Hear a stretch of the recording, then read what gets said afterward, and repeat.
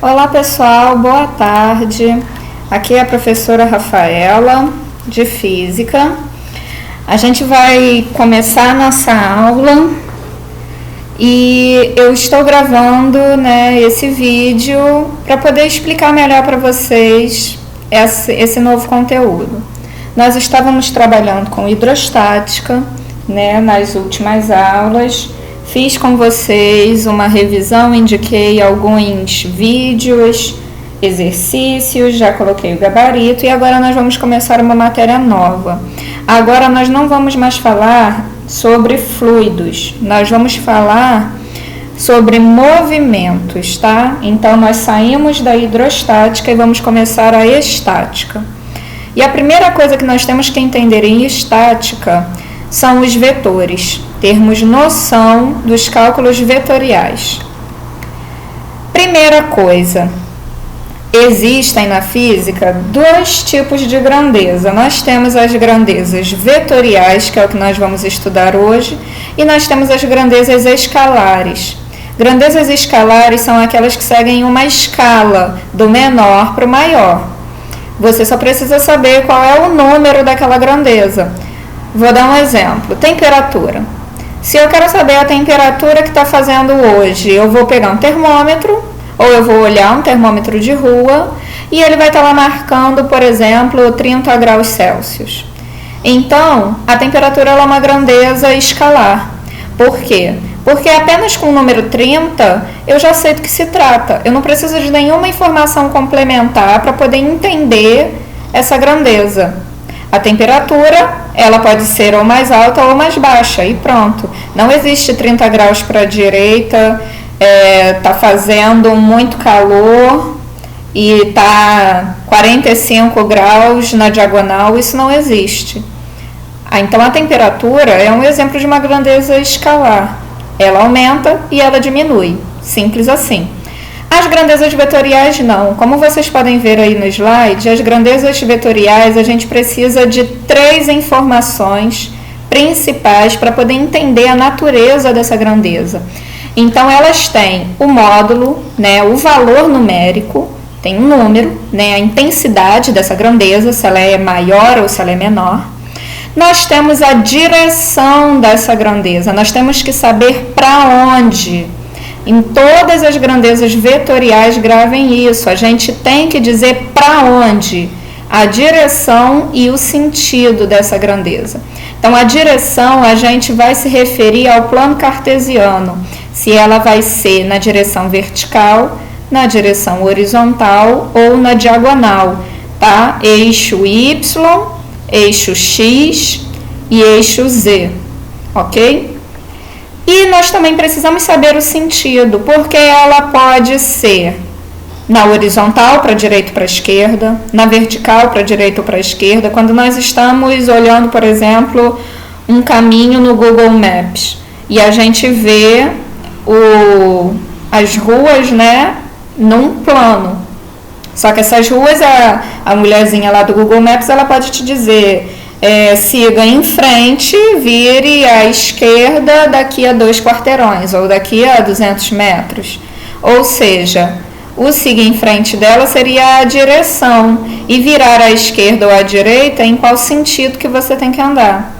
Isso também pode ser usado como pontos cardeais. Ao invés de falar para a direita, para a esquerda, falaria para o norte, para o sul, para leste, para oeste, para noroeste, para sudoeste, sudeste. Tá? Então a gente também pode usar, dependendo do exemplo, os pontos cardeais para falar do sentido.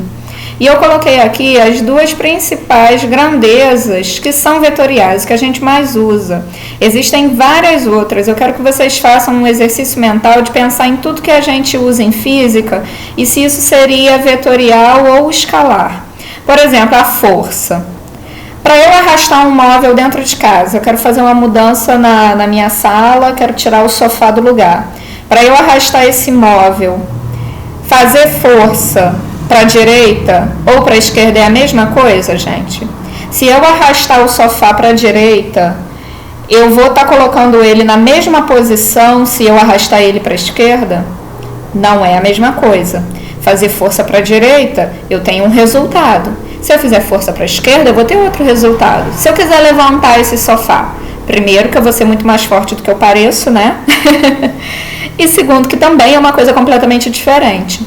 Então, força é uma grandeza vetorial. Você tem que dizer força para onde? É força para baixo? É força para cima? É uma força de impulso? É uma força que puxa? É uma força na diagonal? Então, a força, não basta você dizer a intensidade da sua força, você tem que dizer para onde, tá? Outra é a velocidade. Olha o exemplo que eu dou aí. Um carro andando a 100 km por hora no sentido sul. Ele chegará no mesmo lugar que um carro andando a 100 km por hora no sentido norte? Reparem só que o módulo da velocidade é o mesmo. Os dois carros estão a 100 km por hora. Mas um está indo para norte e o outro está indo para sul. Eles vão chegar no mesmo lugar, gente? Não vai. Então, a velocidade também é uma grandeza que faz toda a diferença se vocês não disserem para onde. Vocês precisam ter sempre a direção e o sentido na sua cabeça. Se você está dentro do seu carro viajando numa rodovia e você não sabe qual é o sentido daquela estrada, você pode bater de frente com alguém. Você tem que saber em que direção você está indo. Se você pega um mapa, você quer chegar num local, mas você não sabe se esse lugar é para norte ou para sul, ao invés de estar chegando mais perto, você pode estar indo para mais longe ainda. Então, a gente precisa se orientar para saber para onde vamos. Por isso, a velocidade é uma grandeza vetorial. Como que a gente representa isso em física? Através de um vetor. Essa setinha aí é um vetor, gente. O tamanho do vetor vai ser o módulo, o valor dele. O sentido vai ser indicado pela seta. Para onde a ponta da seta está apontando é o sentido dele. E a direção vai ser indicado pela posição em que a seta está. Nesse caso aqui, a direção é horizontal. Tá vendo que a posição da seta é horizontal e o sentido é para a direita, ok? Então, assim como qualquer outra grandeza física, a gente pode fazer operação matemática com os vetores. A gente pode fazer contas. Só que, se interessa para a gente o para onde, nós precisamos desenhar o vetor para saber realizar essa conta. Não tem como a gente utilizar um mapa se a gente não tiver o desenho desse mapa. Então, por isso, é muito importante que nós desenhemos os vetores para poder fazer as operações matemáticas. Porque se eu tiver um vetor de módulo 20, do jeito que ele está representado aqui, e eu tiver um outro vetor de módulo 20 virado ao contrário, com sentido aqui, eles dois têm o mesmo tamanho, mas eles estão me mostrando coisas diferentes. Eles estão em sentidos opostos, sentidos contrários. Tem o mesmo módulo, a mesma direção, sentidos opostos. Então, isso são forças diferentes, isso são velocidades diferentes. Esses carros estão indo em sentidos opostos. Então, se eu não desenhar, eu não tenho essa noção. Se eu simplesmente fizer 20 mais 20, vai dar 40. Mas não é 40, porque se tem um indo para um lado e o outro indo pelo outro, é 0, não é 40. Se eles são opostos. Então, por isso que é tão importante assim nós aprendermos a desenhar os vetores da forma correta para poder fazer as contas. Não basta simplesmente eu somar ou diminuir os módulos. A forma do meu vetor faz toda a diferença. A gente vai ver isso agora. Por exemplo, vetores paralelos. Foi esse exemplo que eu dei para vocês. Olha aí para o vetor vermelho, o B, e o vetor azul, A. Vetores paralelos, eles têm a mesma direção, o mesmo sentido. Nesse caso, o ângulo entre eles é nulo, eles não formam um ângulo, eles estão retinhos um com o outro. Nesse caso, eles são iguaizinhos. Então, como que eu vou fazer a soma desses vetores? É só somar os dois juntos. Então, o meu resultado, a minha resultante, a minha soma, quando os dois vetores têm a mesma direção, tá vendo? Os dois estão na horizontal e o mesmo sentido. Os dois estão para a direita. Então, nesse caso, é só somar do jeito que a gente já sabe. Se eles forem 10 cada um, o resultado vai ser 20. Não tem mistério. Vetores paralelos, que são a mesma direção e o mesmo sentido, eu só preciso somar. Agora, se não forem, como é que eu faço para somar, por exemplo, esse A com esse B? Eu coloquei aqui para vocês o método do polígono, que é o que a gente utiliza em todos os exemplos. Esse, para mim, é o método mais fácil. A gente gasta menos tempo para poder resolver as contas e a gente consegue resolver qualquer tipo de problema com qualquer quantidade de vetores. Por isso eu coloquei esse método para vocês. Existe o método do paralelogramo também, existem outros métodos para fazer soma de vetores. Eu coloquei esse, porque sabendo usar esse, vocês resolvem qualquer questão. E o que a gente precisa numa prova de concurso é a agilidade, correto? Então, como é que a gente faz? Como é que eu faço para somar esse vetor que está indo lá para cima, meio na diagonal, e esse vetor que está vindo para a direita na horizontal? Eles não têm a mesma direção, ó. Um é horizontal, o outro diagonal. E eles não têm o mesmo sentido. Um está no sentido noroeste, o outro está no sentido para a direita, no sentido oeste. Então, como é que eu faço isso? Eu vou desenhar o primeiro vetor. Se a minha soma é A mais B, eu vou desenhar o A, tá vendo? Desenho ele igualzinho ele está. E eu vou colocar o B aqui na ponta do A, ó. Eu coloco o início do B no final do A, ó, início do B no final do A. Eu sempre vou organizar eles dessa forma. Repito o primeiro, desenho o primeiro igualzinho ele está, e eu vou desenhar o segundo vetor, o início dele no final desse primeiro aqui, ok? E aí, qual vai ser a minha soma? É fechando esse triângulo. A minha soma vai ser do início do A até o final do B.